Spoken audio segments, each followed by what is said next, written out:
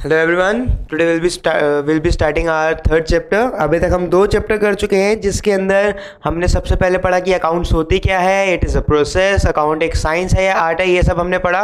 और उसके बाद हमने सेकंड चैप्टर में पढ़ा था बेसिक अकाउंटिंग टर्म्स, कुछ अकाउंटिंग टर्म्स जो हमारी अकाउंटिंग लैंग्वेज में बहुत ज़्यादा यूज़ आने वाले हैं। अब हम आज थर्ड चैप्टर करने जा रहे हैं, that is theory base of accounting. Sir theory पढ़नी पड़ेगी, आपने तो अकाउंट्स बहुत बोर कर दिया।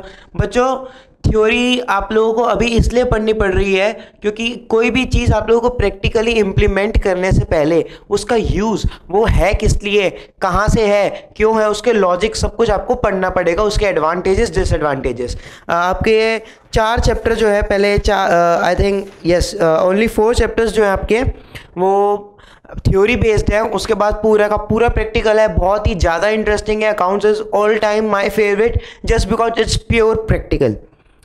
तो आज हमारा चैप्टर है थ्योरी बेस ऑफ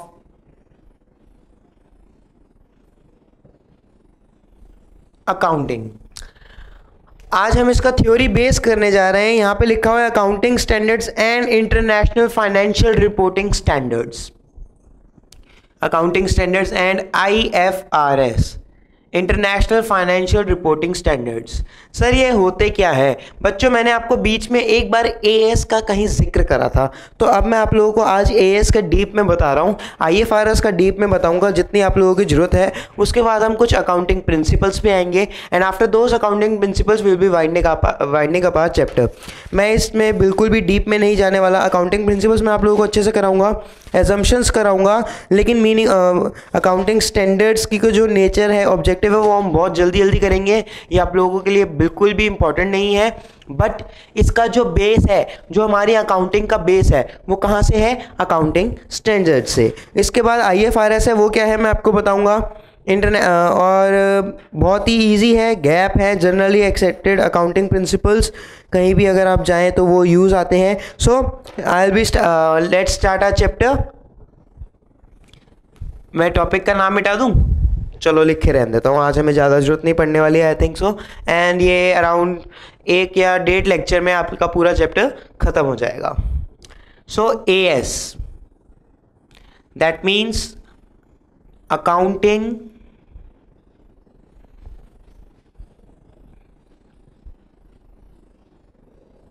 स्टैंडर्ड्स।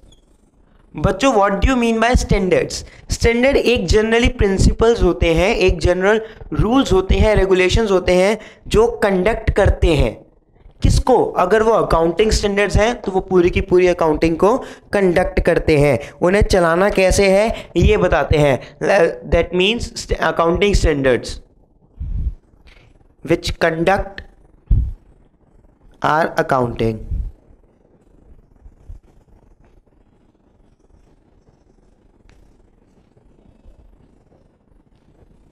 जो हमारी अकाउंटिंग को कंडक्ट कर रहे हैं। बच्चों ये पहले 32 हुआ करते थे, जिसमें से एक डिलीट हो गया है, सो अब 31 रह गए हैं। सो हमें 31 याद करने हैं। बच्चों आप लोगों को एक भी याद नहीं करना। एक मैं आप लोगों को जनरल कुछ प्रिंसिपल्स जो आगे बताऊंगा वो पूरे के पूरे AS1 है। क्या है AS1? सर अच्छे से बताओ ये AS होता क्या है? बच्चों सीधी सी बात है, मैंने आपको बताया जो कंडक्ट करते हैं हमारी अकाउंटिंग को।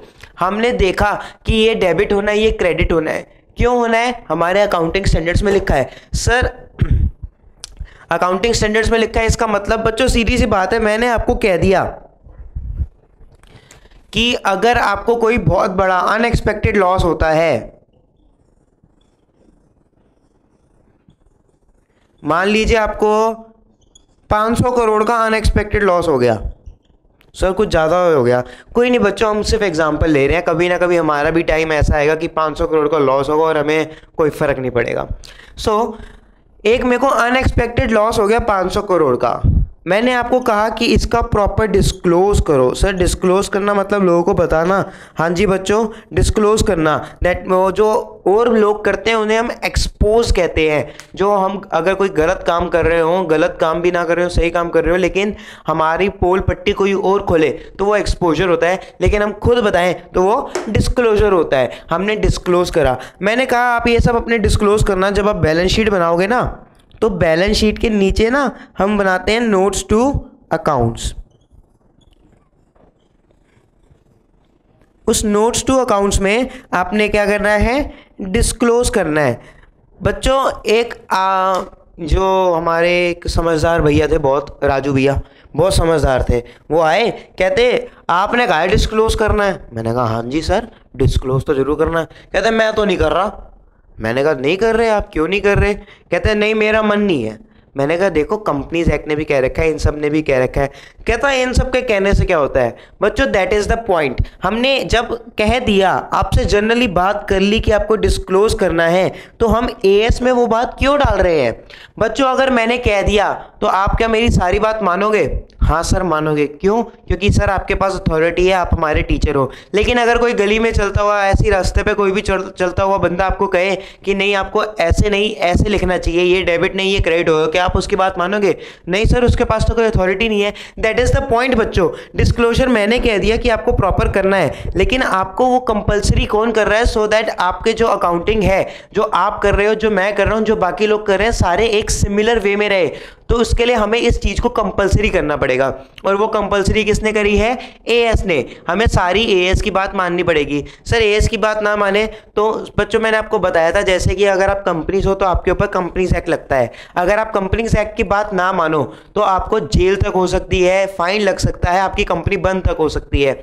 ऐसी अगर आप कंपनीज नहीं हो तो आपके ऊपर कंपनीज एक्ट नहीं लगता, तो आपके ऊपर एएस तो लगना ही लगना है। कंपनीज के ऊपर भी एएस लगता है। आई एम नॉट सेइंग कि कंपनीज के ऊपर एएस नहीं लगता, मैं जस्ट एक एग्जांपल ले रहा हूं। लेकिन अगर आप कंपनी नहीं हो तो आपके ऊपर कंपनीज एक्ट नहीं लगता। इट डजंट मीन आपके ऊपर एएस नहीं लगता, आपके ऊपर एएस भी लगता है। और अगर आप एएस फॉलो नहीं करोगे तो कोई भी बंदा, अगर मान लीजिए जैसे मैं कंज्यूमर हूं, आपका यूजर हूं, मैंने देखा आपकी फाइनेंशियल स्टेटमेंट्स आप लोग एएस यूज नहीं कर रहे थे, तो आपके एएस यूज ना करने की वजह से मैं आपके खिलाफ केस भी कर सकता हूं। सर आप पुलिस स्टेशन जाओगे? बच्चों हर चीज में पुलिस स्टेशन नहीं जाया जाता। अलग अलग केसेस के लिए, अलग अलग मैटर्स के लिए अलग अलग कोर्ट्स होते हैं। हाँ बच्चों अलग अलग होते हैं, छोटे छोटे मैटर्स के लिए भी। सो अब हम इसकी पहली डेफिनेशन पे आते हैं, generally accepted accounting principles. Generally accepted accounting principles वो होते हैं जो हर कोई एक्सेप्ट करता है। वो जैसे कि debit all the expenses and losses, credit all the incomes and gains. ये मैंने क्या बोला मैं आप लोगों को बताता हूँ। Debit all the expenses and losses, credit all the incomes and gains. ये एक हमारे डेबिट और क्रेडिट करने का रूल है। अगर कोई एक्सपेंस है, कोई लॉस है, तो उसको मैं क्या करूंगा? डेबिट। लेकिन अगर कोई इनकम है तो मैं उसको क्या करूंगा? क्रेडिट। सर इसका मतलब जो आपने एग्जांपल लिया था Amit debit to Bakshi account, तो अमित खर्चा था और बख्शी आपकी इनकम थी। बच्चों ये सिर्फ एक रूल बताया है, ऐसे दो रूल और होते हैं। अमित और यहाँ पे जो बख्शी थे, ये जो दो बंदे थे, मैंने क्या बोला? दो बंदे थे। These are personal. बट यहाँ पे एक किसी और, यहाँ पे पर्सनल की बात नहीं हो रही है। पर्सनल के लिए अलग रूल है, एसेट्स के लिए अलग रूल है, लायबिलिटीज के लिए अलग है, और expenses losses incomes and gains के लिए अलग रूल है। अब आप वर्ल्ड के किसी भी कॉर्नर में चले जाओ, आपको ये रूल हमेशा दिखने का। ये तीन रूल्स, जो तीन रूल्स मैं आपको आगे बताऊंगा, उसमें से ये एक रूल, इन तीन रूल्स के ऊपर पूरी की पूरी अकाउंटिंग टिकी हुई है। और ये तीन किस हिसाब से बने हैं वो भी मैं आप लोगों को बताऊंगा, लेकिन 4th चैप्टर में जब हम rules of debit and credit पे आएंगे। वापस मैं अपने टॉपिक पे आता हूँ। हम कर रहे हैं GAAP, गैप बोलते हैं इसे। सर इसको तो गाप बोलना चाहिए, बच्चों बोलते गैप है, मैं कुछ नहीं कर सकता। मैं भी जब नया नया आया था आपकी तरह गाप ही बोल रहा था। वो तो मेरे सर ने मुझे डांटा कि बेटा गवारों वाली हरकतें ना कर, गैप बोल। मैंने कहा ओके सर। सो जैसे कि मैंने आपको ये रूल बताया, ये हर जगह एक्सेप्ट होता है, तो ये एक तरह का क्या हो गया? गैप। तो सर गैप यही होता है? नहीं बच्चों, ये जस्ट एक एग्जांपल था। मैंने आपको बताया कि गैप किससे रिलेटेड होते हैं। आगे चलते हैं। Fundamental accounting assumptions. हम अकाउंट्स बनाते वक्त ये एज्यूम जरूर करेंगे। क्या एज्यूम करेंगे? वो पॉइंट्स, जो 2 पॉइंट्स हैं वो हमने नीचे लिखे हुए हैं, वो एक बार देख लेते हैं। बच्चों मोस्ट इंपॉर्टेंट है फंडामेंटल अकाउंटिंग एग्जम्पशंस।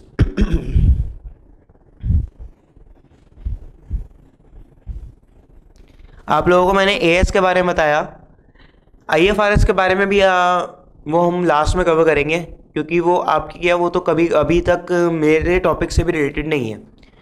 वो सिर्फ और सिर्फ कुछ कंपनीज के लिए कंपलसरी है जिन्होंने आईएफआरएस फॉलो करना है। कौन सी कंपनी सर? वो आपको गवर्नमेंट ने एक टर्नओवर दे रखी है। Turnover mean sales. अगर आपकी टर्नओवर 500 करोड़ से ज़्यादा है तो आपको आईएफआरएस फॉलो करना है, बाकी नहीं करना। सो 11th में तो हम अकाउंटिंग स्टैंडर्ड्स तक नहीं है, आईएफआरएस पे कहाँ जाएंगे। इस वजह से ना मैं आपको अकाउंटिंग स्टैंडर्ड्स एकदम डीप में कराऊंगा ना आईएफआरएस एकदम डीप में कराऊंगा। मैं जस्ट आपको एक ओवरव्यू दूंगा कि अकाउंटिंग स्टैंडर्ड्स और आईएफआरएस होते क्या हैं।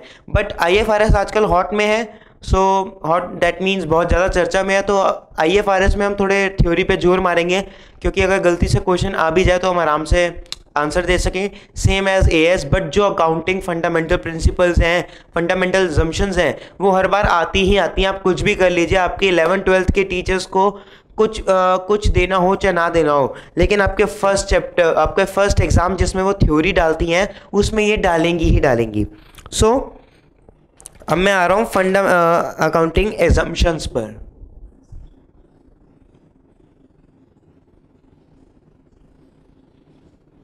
अकाउंटिंग एजम्पशंस, यहाँ पे 2 एजम्पशंस लिखी हुई हैं, 3 लिखी हुई है। एक गोइंग कंसर्न,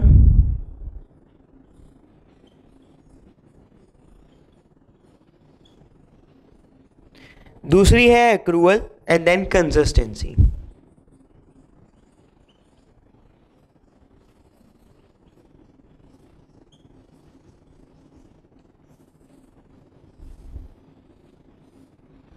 गोइंग कंसर्न, मैं हमेशा ये मान के चलूंगा, अपने अकाउंट्स ऐसे बनाऊंगा कि मेरा बिजनेस आगे कंटिन्यू करता रहेगा, कभी बंद नहीं होगा। सर अगर आप मर गए तो? बच्चों मैं मर गया तो मेरा बिजनेस कोई और चलाएगा, क्योंकि मैंने आपको बताया था सेपरेट लीगल एंटिटी कॉन्सेप्ट। मैं आपको बार बार बोलता हूं, ये बहुत इंपॉर्टेंट है, सेपरेट लीगल एंटिटी। यानी कि जो बिजनेस है उसकी अलग पहचान है लॉ में, सेपरेट अलग एंटिटी पहचान एज पर लॉ। यानी कि अगर कोई केस करना चाहे, अगर कोई मेरे बिजनेस के खिलाफ केस करना चाहे, मान लीजिए मेरी शॉप है, पूरी रजिस्टर्ड है, मैंने उसका ट्रेडमार्क, पेटेंट ये सब ले रखे हैं। सर ये क्या होते हैं? बच्चों ये मैं आपको टॉपिक के साथ साथ जैसे ऐसे वर्ड्स आते जाएंगे मैं आपको सिखाता जाऊंगा। उससे पहले मैं आपको बताता हूँ कि मान लीजिए मेरे कोई बिजनेस है, जैसे टपरवेयर एक कंपनी है, टपरवेयर रजिस्टर्ड कंपनी है। अगर आपको मान लीजिए टपरवेयर से कोई धोखा मिला, आपने कुछ परचेज़ करा था लेकिन सेम नहीं आया, आपने बहुत कंप्लेंट्स करी, या फिर परचेज़ तो बहुत छोटी अमाउंट में हो जाएगा, नहीं आप उसके एक इंडिया के पूरे होलसेलर ट्रेडर हैं, तो आपने करोड़ों में परचेज़ करा था लेकिन आपको धोखा मिला, वो पूरा माल नहीं दे रहे हैं, आपको अब उसके खिलाफ केस करना है। तो इट डजंट मीन आप टपरवेयर के मालिक के खिलाफ चले जाएंगे, आप टपरवेयर के खिलाफ जा रहे हैं। टपरवेयर जो एक कंपनी है, आप उसके नाम पे केस दर्ज करवाएंगे। उसके नाम पे केस दर्ज करवाएंगे, वो कैसे? बच्चों सीधी सी बात है, उसकी एक अलग पहचान है एज पर लॉ की अगर हम बात करें तो उसकी एक अलग पहचान है, that is separate legal entity concept. ये मोस्ट इंपॉर्टेंट है, इसे हमेशा याद रखिएगा, ये आपको बिजनेस स्टडीज में अच्छे से पढ़ने को मिलेगा। सो याद रखना, जो बिजनेस है वो बिजनेस ओनर से अलग होता है। तो सेपरेट लीगल एंटिटी कॉन्सेप्ट क्या कहता है? Business is different from his owner. बच्चों his include her and he includes she. So आप लोग ये मत सोचिएगा कि मैं डिस्क्रिमिनेट कर रहा हूँ लड़का और लड़की के बेसिस पे, जेंडर बेस पे, ऐसा कुछ नहीं है। सो अब मैंने आपको बताया कि बिजनेस जो है वो अपने बिजनेस मैन से, बिजनेस ओनर से डिफ्रेंशिएट करता है। ये रहा आप लोगों के सवाल का जवाब। अगर मैं मर जाऊंगा तो डजंट मीन मेरा बिजनेस खत्म हो जाएगा। मेरे बच्चे या फिर मेरे जो भी बच्चे होंगे या फिर जो भी है, मेरे कोई ना कोई कज़न, सिबलिंग्स, माय पेरेंट्स, जो भी है वो आगे कंटिन्यू कर सकते हैं उस बिजनेस को, अगर उनका मेरे लीगल राइट्स हो, अगर वो मेरे नॉमिनी है या नॉमिनी है, यानी कि मेरे मरने के बाद जो भी है उनके ऊपर सिर्फ उन्हीं का हक है, एक पर्टिकुलर पर्सन का हक है, तो वो आराम से मेरा बिजनेस चला सकता है। सो गोइंग कंसर्न, हम ये मान के चलते हैं कि बिजनेस विल गो ऑन,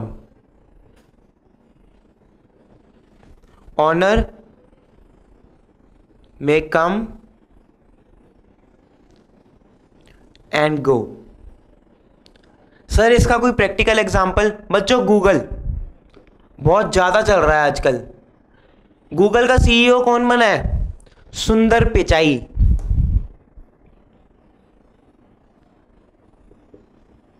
एक इंडियन बंदा ग्लोबल सीईओ है। सर ग्लोबल सीईओ मतलब बच्चों गूगल जो है वो क्या सिर्फ और सिर्फ इंडिया में है? नहीं सर, वो पाकिस्तान में भी है, चाइना में भी है, श्रीलंका में भी है, अमेरिका में भी है, ऑस्ट्रेलिया में भी है, कैलिफोर्निया में भी है, एवरी डैम प्लेस, वो हर जगह है। सो क्या सुंदर पिचाई जो है वो ग्लोबल सीईओ है? दैट मीन्स वो हर एक जगह का सीईओ है। सो क्या जब सुंदर पिचाई सीईओ नहीं था, क्या इससे पहले कोई सीईओ था या नहीं था? हाँ सर, लैरी पेज और जो इसका एक और फाउंडर था, I don't remember his name, दो पर्सन थे, एक लैरी पेज था, दूसरे बंदे का मेरे को नाम याद नहीं है, वो तो थे ना CEO. So members means owner, owner may come and में गो, यानी कि अब सुंदर पिचाई है, उससे पहले कोई और था, तो क्या गूगल गूगल नहीं रहा? सर गूगल की परफॉर्मेंस तो अच्छी है बच्चों, वो तो वैसे भी नॉर्मल हर साल अच्छी होती है गूगल की परफॉर्मेंस, उसके पास और डेटा आता है, वो और ज़्यादा अच्छे से काम करता है। बट क्या गूगल पूरा का पूरा चेंज हो गया? क्या उनका बिजनेस सेम नहीं है? सर बिजनेस तो एकदम एग्जैक्ट सेम है, बस परफॉर्मेंस चेंज हुई है। परफॉर्मेंस तो नॉर्मल भी चेंज होती है। दैट मीन्स ऑनर का बिजनेस से कोई लेना देना नहीं है, ऑनर आए जाए हमें कोई लेना देना नहीं, लेकिन बिजनेस चलता रहेगा, बिजनेस चलता रहेगा, यानी कि जो जैसा है वैसा ही रहेगा। मान लीजिए मैंने जैसे हमने एक इलस्ट्रेशन करी थी अपने लास्ट लेक्चर में, उसमें था कि आपने 10,000 का इंश्योरेंस प्रीमियम पे करा था, 10,000 का इंश्योरेंस प्रीमियम आपने पे करा था, जिसमें से 5,000 नेक्स्ट ईयर का था। यहां पे सीधी सीधी एजम्पशन यही ली गई है कि बिजनेस अगले साल भी चलने वाला है, इसलिए मैंने एडवांस दे दिया। अगर वो अगले साल चलने वाला है तो मैं इसको बैलेंस कैरी फॉरवर्ड करूंगा, कैरी फॉरवर्ड करूंगा मतलब आगे ले जाऊंगा। ये भी एक तरह का गोइंग कंसर्न ही है। मैं अपनी बैलेंस शीट में बैलेंस लिखूंगा कि ये देखिए इंश्योरेंस प्रीमियम का प्रीपेड बैलेंस है। कौन सा बैलेंस है? प्रीपेड, जो खर्चा मेरा एक्चुअली में अभी तक इनकर नहीं हुआ है लेकिन मैंने उसकी पेमेंट कर दी है। सो बच्चों आगे चलते हैं, एक्रूअल एजम्पशन। इसमें एक बार ये इंश्योरेंस वाला एग्जांपल याद दोबारा करते हैं। हम आ रहे हैं अब एक्रूअल एजम्पशन पर। एक्रूअल एजम्पशन मैं आप लोगों को हिंदी में बड़े अच्छे से समझा देता हूं।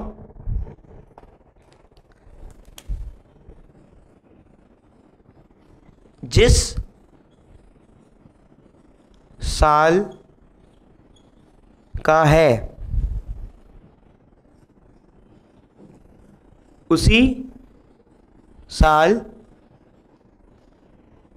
यूटिलाइज करो। फिर से आता हूं मैं उसी एग्जांपल पे।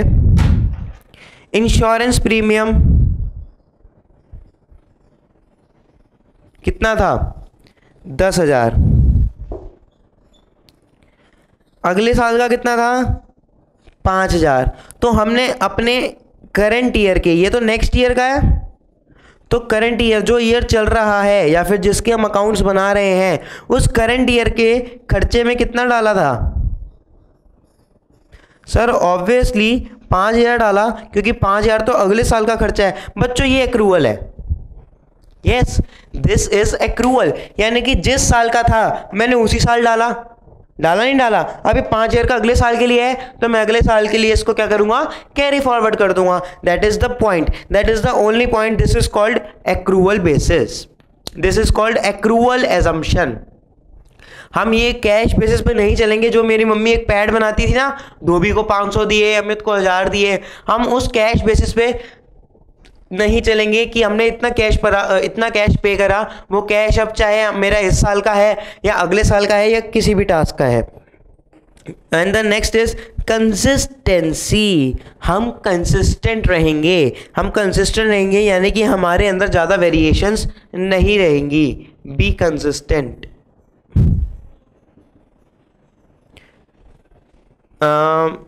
लेस वेरिएशंस, कम वेरिएशंस होंगी। एक बार इसकी रीडिंग कराते हैं, क्योंकि आप लोगों को ऐसे समझाऊंगा तो बहुत ज़्यादा कॉम्प्लिकेट हो जाएगा। Under the assumption, accounting practices once adopted should be applied consistently yearly after year।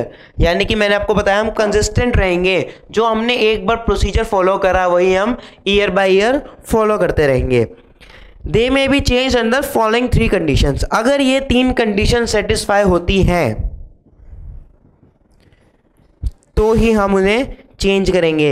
ये आप लोगों को मैं बताऊं, ये हम लोग जो मैं आप लोगों को करा रहा हूं, ये 3 चीजें, ये AS5 यानी कि जब आप CA करने जाएंगे, CA की एंट्रेंस करेंगे, एंट्रेंस के बाद एक IPCC इंटरमीडिएट का पेपर होता है, उसके अंदर 2 ग्रुप होते हैं, जो एक इजी वाली अकाउंट्स होती है, आफ्टर दैट सेकंड ग्रुप में एडवांस अकाउंट्स होती है।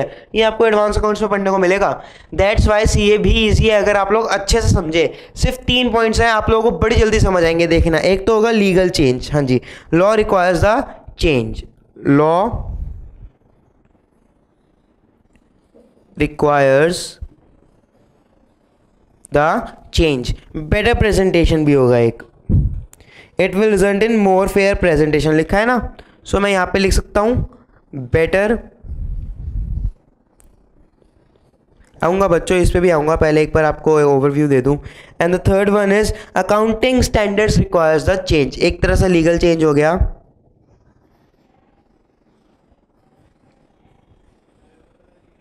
मैंने आपको बताया हमारी पूरी की पूरी अकाउंटिंग किस पे चलती है, अकाउंटिंग स्टैंडर्ड्स पे।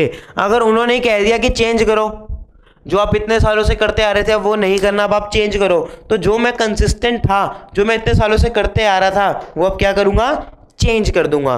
अच्छा, लॉ ने कह दिया, जैसे कंपनीज एक्ट में मैंने आपको बताया था सेक्शन 135 जो है वो उसका है कॉर्पोरेट सोशल रिस्पॉन्सिबिलिटी। अब कॉर्पोरेट सोशल रिस्पॉन्सिबिलिटी ही चेंज हो गई, जैसे 2% थी वो 3% हो गई, तो आपको चेंज करना पड़ेगा। पहले आप कंसिस्टेंट चल रहे थे, 2% ही डालते थे, अब आपको चेंज करना पड़ेगा।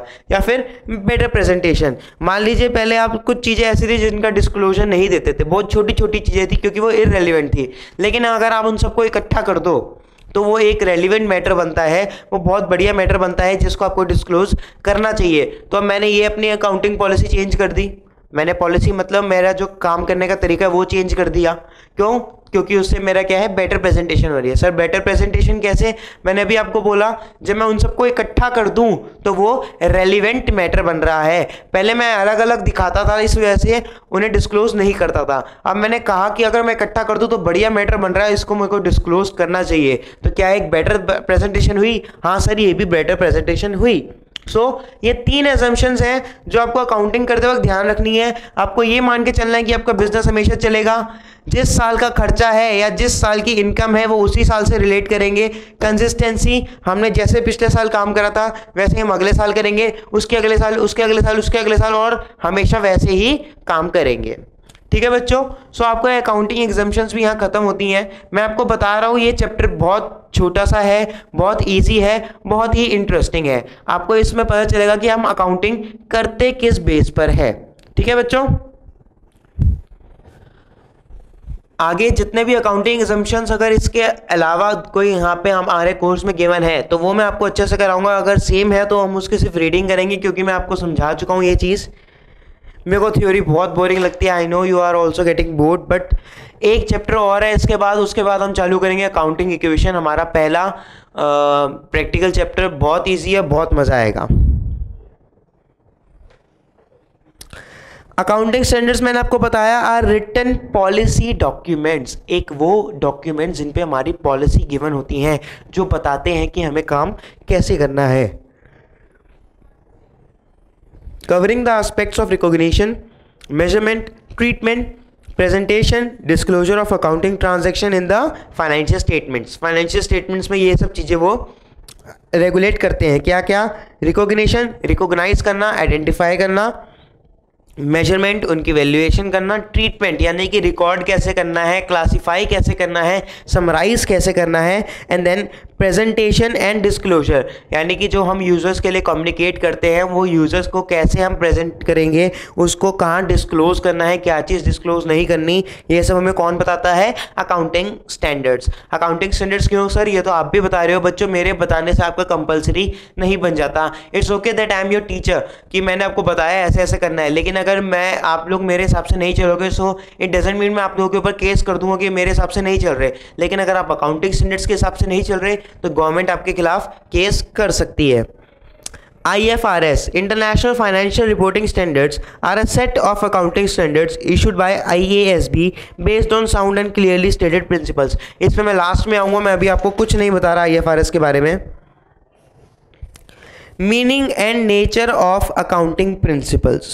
Principles of accounting are the general law or rule adopted or proposed as a guide to action, a settled ground or basis of conduct or practice. ठीक है बच्चों? So meaning of nature, meaning and nature हमने यहाँ पे पढ़ने को मिला। American institute of certified public accountants ने ये डेफिनेशन गिवन है। सर हर चीज़ अमेरिका ही करता है बच्चों, अमेरिका ज़्यादा एडवांस है, थोड़ा चल रहा है, ऐसा मेरा मानना है नहीं, बट वो चल रहा है तो हम कुछ नहीं कर सकते। अकाउंटिंग कॉन्सेप्ट्स और अकाउंटिंग कन्वेंशंस, दो चीज़ें आपको गिवन है। Accounting concepts and accounting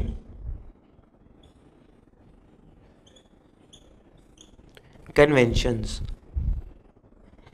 Let's read it out. Accounting concepts are basic assumptions of fundamental positions. मैंने आपको बताया prepositions होती हैं ये एक, which within which accounting operates. Accounting concepts के ऊपर accounting हमारी क्या करती है? Operate करती है। हमारी accounting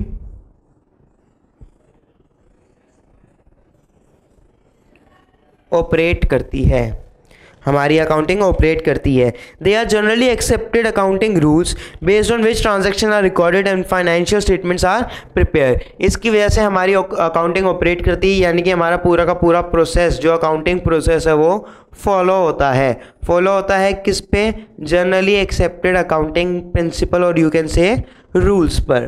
ठीक है बच्चों, प्रिंसिपल्स और rules, that is principle slash rules. It is important to follow the accounting concept because it enables the users of financial statement to understand them better in the same manner. Obviously, क्योंकि जो मैं आपको accounts पढ़ा रहा हूँ वही accounts मेरे को आती है, वही अकाउंट्स मेरे टीचर को आती है, वही अकाउंट्स मेरे सारे स्टूडेंट्स को आती है, वही अकाउंट्स जो मुझसे नहीं पढ़े या फिर जो मेरे टीचर से नहीं पढ़े या फिर जो मेरे स्टूडेंट से भी नहीं पढ़ेंगे उनको भी सेम ही अकाउंट आती है। सो अकाउंटिंग आती है। तो अगर आप GAAP that is gap, generally accepted accounting principles के हिसाब से चलोगे तो सारी चीज़ें जो हैं एक सिमिलर वे में रहेंगी, कोई भी आपके अकाउंट्स ईजिली अंडरस्टैंड कर सकता है। अब आते हैं हम अकाउंटिंग कन्वेंशंस पे। Accounting conventions are the outcome of accounting practices और principles being followed by enterprise over a period of time. यानी कि जब आप ये पूरी चीज़ फॉलो करोगे तो जो आउटकम होगा वो आउटकम क्या होगा? Accounting conventions. वो उस आउटकम को हम क्या कहते हैं? Accounting conventions. कन्वेंशंस में undergo a change with the time to bring out improvement in the quality of accounting information. हम इसको चेंज भी कर सकते हैं। आपके जनरली एक्सेप्टेड अकाउंटिंग प्रिंसिपल्स को चेंज कर सकते हो? नहीं सर, कैश अगर एसेट है तो एसेट ही है। आप चाहे अमेरिका में बात करो, चाहे ब्राज़ील में करो, चाहे लंदन में करो, चाहे ग्रीनलैंड में करो, चाहे जहाँ मर्जी जाके करो, कैश अगर एसेट है तो एसेट ही है। लेकिन आप इसको चेंज नहीं कर सकते। लेकिन जो आउटकम आता है, जो हमारी सेल्स आ रही हैं, रेवेन्यू आ रही हैं, अगर आप उसको चेंज करना चाहो तो आप अपनी रेवेन्यू के लिए उसे चेंज कर सकते हो। अब मैं आ रहा हूँ फीचर्स ऑफ अकाउंटिंग प्रिंसिपल्स। किस पे आ रहा हूँ बच्चों? Features of accounting principles. मैं आपकी बुक के हिसाब से चलूंगा, एकदम डिट्टो चलूंगा, सो दैट आपके कहीं भी मिस स्टेटमेंट ना होए, मिसमैच ना होए। आपको जो हम चैप्टर वाइज चलेंगे, बीच में ऐसा एक भी चैप्टर नहीं होगा जो हम कभी भी शुरू कर दें। ठीक है बच्चों, तो हम पहले आ रहे हैं features of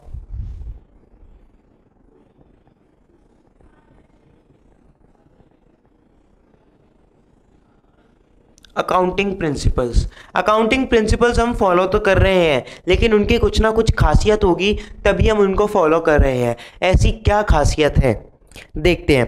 accounting principles are man made, यानी कि ये एक नेचुरल चीज़ नहीं है। नेचुरल चीज़ नहीं है इसका मतलब ये हवा में लटकी हुई नहीं है। हवा में लटकी का मेरा मतलब है ये भगवान की बनाई कोई चीज़ नहीं है। ये कोई ऐसा नहीं है कि आप कहीं भी कुछ भी क्या कहते हैं, कहीं से शास्त्रों में लिखा हुआ था और हमने फॉलो कर लिया, ऐसा कुछ नहीं है। शास्त्रों में लिखी हुई बहुत सी चीज़ों का आज तक हमें लॉजिक नहीं मिल पाया, बहुत सी चीज़ों का लॉजिक मिल गया है। बहुत सी चीज़ ऐसी प्राचीन ऐसी पड़ी हुई हैं जिनका हमें लॉजिक नहीं पता, लेकिन ये मैन मेड है तो ज़रूर जिस इंसान ने बनाई है उसकी हम समझ के जाने कि उसने ऐसा क्या सोचा जो ये बनाया, तो हम इसके लॉजिक्स में भी जा सकते हैं। इस वजह से इसका हर एक चीज़ का लॉजिक होता है। आगे चलते हैं, वैसे पढ़ लेते हैं एक बार।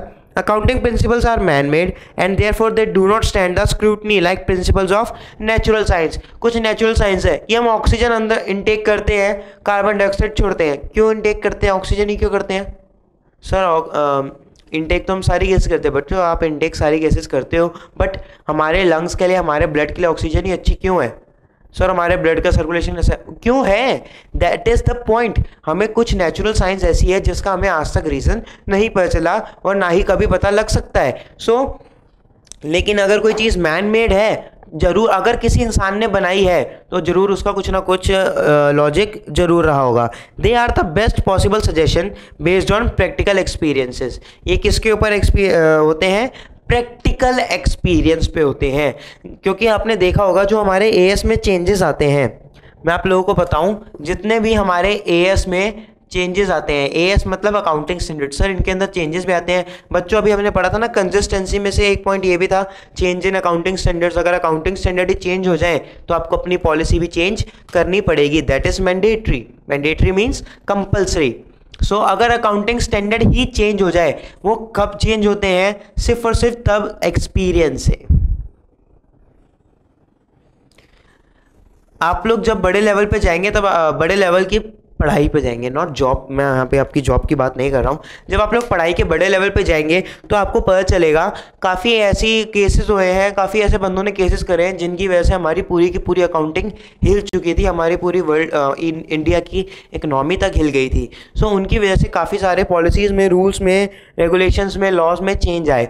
उनमें से भी अकाउंटिंग स्टैंडर्ड्स में भी चेंज आए, सो दैट हमारी अकाउंटिंग और स्ट्रांग होए और ट्रांसपेरेंट होए, सो दैट इसके अंदर मैनिपुलेशन कम होए। सो इस वजह से जब अकाउंटिंग नई नई थी तब जो मैनिपुलेशन होती थी और जो आज की डेट में मैनिपुलेशन है, उनका जो रेशियो है वो बहुत लो है। आज की डेट बहुत कम है, बहुत ज़्यादा मुश्किल है। सो अकाउंटिंग स्टैंडर्ड में भी जो चेंजेस आते हैं वो कैसे आते हैं? एक्सपीरियंस पे आते हैं। यही यहाँ पे लिखा हुआ है, they are best possible suggestion. अब हर एक चीज़ का एक तोड़ तो निकल ही सकता है, कहीं ना कहीं से कोई ना कोई लूप होल तो निकल सकता है, लेकिन उस लूप होल को भी अगर हम रोके तो वो हम कैसे रोक सकते हैं? अपने एक्सपीरियंस से। अपने वो एक हमारी प्रैक्टिकल एक्सपीरियंस के ऊपर बेस्ड होता है। So they are recommended for use by all enterprise to ensure uniformity मतलब सिमिलैरिटी। आगे आते हैं, दीज आर फ्लेक्सिबल। ये क्या होते हैं? फ्लेक्सिबल होते हैं। सर ये मुड़ जाते हैं बच्चों, वो वाला फ्लेक्सिबल नहीं है ये। मैं आपको 2 सेकंड लेके आपको बताता हूँ फ्लेक्सिबल क्या होते हैं। अब मैं इसके लिए आपको क्या एग्जांपल लूँ? अगर मैं, वैसे तो मैं वेजिटेरियन हूँ, बट अगर मैं नॉनवेज बंदों के साथ खाने जाऊँ तो मुझे कोई प्रॉब्लम नहीं है। एगिटेरियंस के साथ खाना जाऊँ तो भी मुझे कोई प्रॉब्लम नहीं है। वेज के साथ खाने जाऊँ तो मुझे वैसे भी कोई प्रॉब्लम नहीं है। That is my flexibility. मैं ड्रिंक्स नहीं करता, बट काफ़ी जने ऐसे हैं जो ड्रिंक्स करते हैं, स्मोक करते हैं, ऐसे मेरे दोस्त भी हैं। अगर मैं उन लोगों के साथ पार्टी करने जाऊँ तो भी मुझे कोई प्रॉब्लम नहीं है। That is my flexibility. यानी कि आप सिचुएशन के हिसाब से चेंज होते रहते हैं। That is flexibility. Accounting principles are not rigid. ये रिजिड नहीं है कि ये कह दिया यही होगा, लॉ चेंज हो रहा है होए, मुझे कोई मतलब नहीं, ऐसा कुछ नहीं है। ये फ्लेक्सिबल होते हैं। When ever a situation arises that require solution, accounts arrive at a reasoned and reasonable decision which gradually becomes a accepted accounting principle। अगर मान लीजिए आज तक जितनी भी हमारी सिचुएशंस अराइज हुई हैं उसके ऊपर आप लोगों को जो आज आप पढ़ रहे होगे या फिर जो अभी तक आपने 2 लेक्चर्स में पढ़ा, या फिर जो आप आगे पढ़ोगे, 2 चैप्टर्स में पढ़ा और जो आप आगे पढ़ोगे, वो आज तक जितनी भी सिचुएशन अराइज हुई हैं उनके बेस्ट पॉसिबल सोल्यूशन थे, यानी कि इसके अलावा कोई सोल्यूशन नहीं निकाला जा सकता। अगर कोई और सोल्यूशन निकाला जाएगा तो वो इससे बढ़िया नहीं होगा या फिर इसके बराबर ही होगा। ऐसे ही अगर कोई नई सिचुएशन अराइज होती है तो हम अकाउंटिंग पॉलिसी ना फॉलो करके उसका मतलब अकाउंटिंग पॉलिसीज फॉलो करते हुए उसका सॉल्यूशन निकालें तो वो हमारा क्या बन जाएगा, एक जनरली एक्सेप्टेड अकाउंटिंग प्रिंसिपल बन जाएगी। It must be borne in mind that accounting principles are not permanent. ये परमानेंट नहीं होते हैं, ये आप लोग अपने दिमाग में बिठा लीजिए। These are not permanent and these changes with time। ये टाइम टू टाइम क्या होते रहते हैं, चेंज होते रहते हैं। आगे चलते हैं बच्चों। Accounting principles are generally accepted. ये क्या होते हैं, जनरली एक्सेप्टेड होते हैं। हमारे जो अकाउंटिंग प्रिंसिपल्स होते हैं ये generally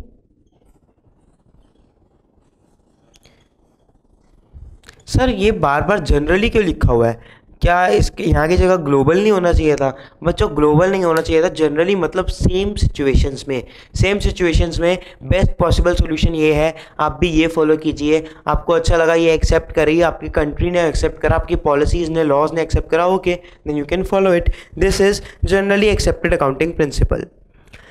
Accounting principles are the basis and guidelines for accounting and are generally accepted। जो अकाउंटिंग प्रिंसिपल्स होते हैं ये हमारी गाइडलाइंस होती हैं, गाइडलाइंस यानी कि हमें अकाउंटिंग करनी कैसे है, और ये जनरली एक्सेप्टेड होती है।